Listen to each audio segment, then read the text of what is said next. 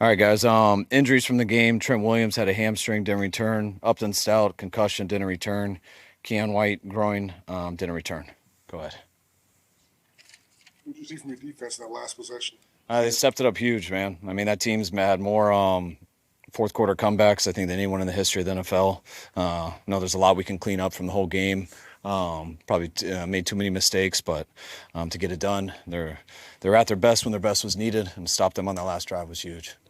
I know you're not focused on left tackle, but what's your sense of how Austin Pleasance did coming in, after one snap? I mean, to play that whole game and to not be an issue, I mean, I think I only talked about him on 1/3 down. So my sense is he played real good. Brock Purdy's performance. I thought Brock had a hell of a game. Again, Brock's been playing his ass off, made some huge plays in this game.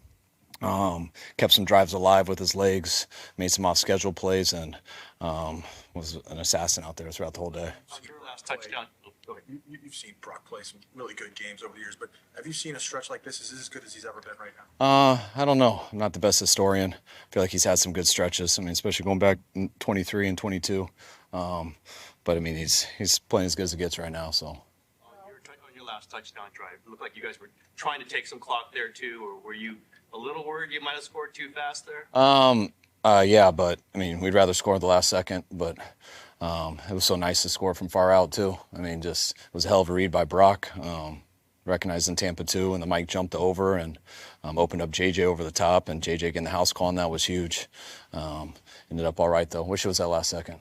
It's such a hard needle to thread, trying to, score the game-winning touchdown at the very end. Is it even more nerve-wracking to trying to get down the field, but you're also looking at the clock and trying to make sure you don't kind of screw yourself in it? I mean, that could have been the case if we got inside the red zone. I mean, I didn't think we were going to score on that play, so we didn't have much time to think about it. We were trying to figure out how to go down the field and score a touchdown to win, field goal to tie. So we were expecting that to be a big play, but I didn't think it was going to be a house call. It's a hell of a job at JJ. You guys talk a lot about how Brock is the same person no matter what is going on, how calm he is in the pocket. After that first pick six, how did that manifest itself the rest of the game? He's got to throw that every time. I mean, I thought their corner, number one, I thought he did a hell of a job. Just keying the three-step drop, jumping the slant. It was a bang-bang play. I thought JJ ran a good route, too. The guy just drove on it big time, and the ball got in the air. But, there's nothing Brock did wrong in that play. Bad play. Did you notice? Number one seed. Can you just put in perspective after this kind of roller coaster season what that means? It's huge. I mean, I'm so proud of the guys for throughout the whole year. Proud of them today. It's a hell of a deal being able to have the opportunity to play for the one seed, and these guys have earned it. So we got to go to bed early and get ready to come back because we found out it's Saturday, so it's going to happen soon. What do you feel about that, it being a short week? I wish it wasn't. I mean, we just had a short week, so I really wish it would have been Sunday, but it is what it is. So hopefully the guys can heal up and be ready to go. The Bears kind of looked discombobulated on the last play there. Did you think about calling a timeout? What was kind of going through your head? I thought about it. We wanted to see the look, and then they just went fast and let it ride. What are you thinking when you're scoring, they're scoring, you're scoring? Are you just like, okay, at some point the defense is going to hold them? I mean, or are you thinking we just got to keep scoring, and if we got to get to 50, we got to get to 50? Yeah, I mean, you kind of have a feeling it's one of those games, and it felt like it from the beginning, and it didn't stop. And we definitely I thought we lost the game when I punted there on 4th and 7. Hoping to pin him back, and then they cleaned it up in one play. So, but we did hold them to a field goal that drive, which was huge, and we went and regained the lead with 7. But some games are like that. Was hoping we get a turnover to kind of turn it, and we didn't. But we found a way to still get it done. That punt call, you looked like you hesitated a little bit before you sent the punt team out there. Yeah, it was tough. It was right on the fringe. It was actually in our field goal range earlier in the day. And then the wind kind of changed, and so it was a tough one for me. I didn't want to panic and have to go for it, but it was one that if I would have had more time to think about, probably would have done it. But it ended up working out for us in the long run. Any early indication on Trent's hamstring? I'm not sure. I mean, he tried to go and he couldn't. So Trent told me he's never pulled a hamstring before, so not really sure how it'll be. Jake Tonjes played filling in for George King. Jake did awesome. Jake was a stud. He made some big time routes, big time catches, a couple of low balls that I thought he went down and made a hell of a play for, kept the chains moving for us a number of times.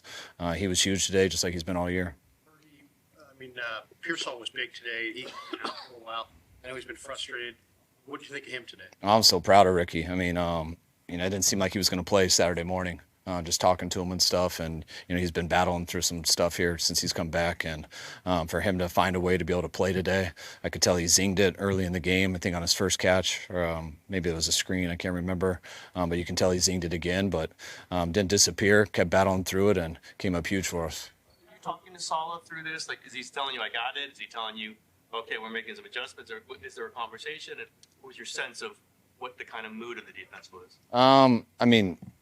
We talk. Saul's also trying to do his job.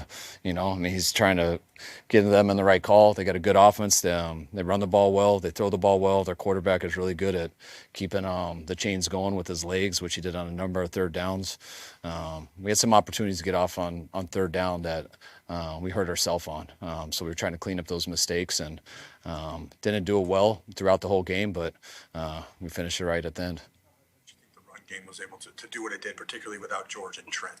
The guys, I feel like we've been getting better this whole second half of the year. We didn't start out the way we wanted to. Thought we probably had one of our best games of the year last week. The guys have kind of been feeding off it, and it's never one or two guys. It's all 11, and I feel like our guys are playing really well as a group right now. And when you play well as a group, usually the run game is what shows. What did you see on that touchdown to use Chuck when Brock was eluding defender after defender?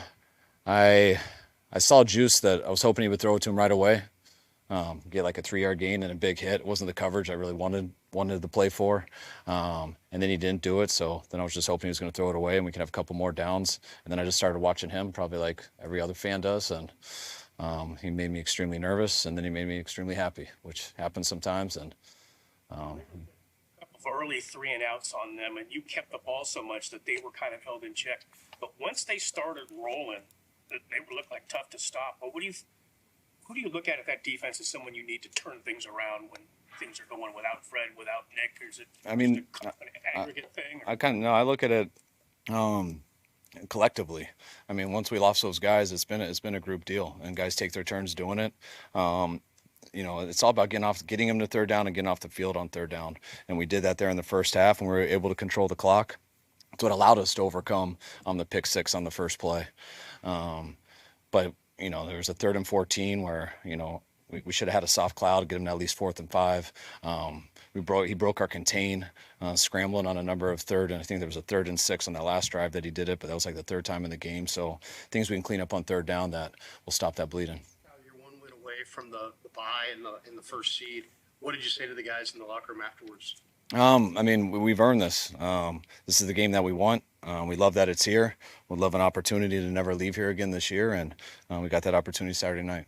How would you describe Brock's decision-making when it comes to scrambling, to getting out of the pocket, using his mobility? Just how valuable is that part of this game? It's huge. Anyone who can add that, you see they did it to us a couple times too with Caleb.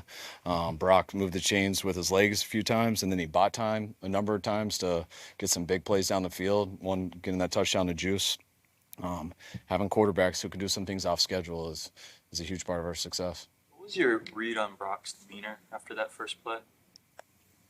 I didn't talk to him. I talked to him on my walkie-talkie. I just told him, hey, hell of a throw. That was the right read. The guy made a hell of a play. Let's start over.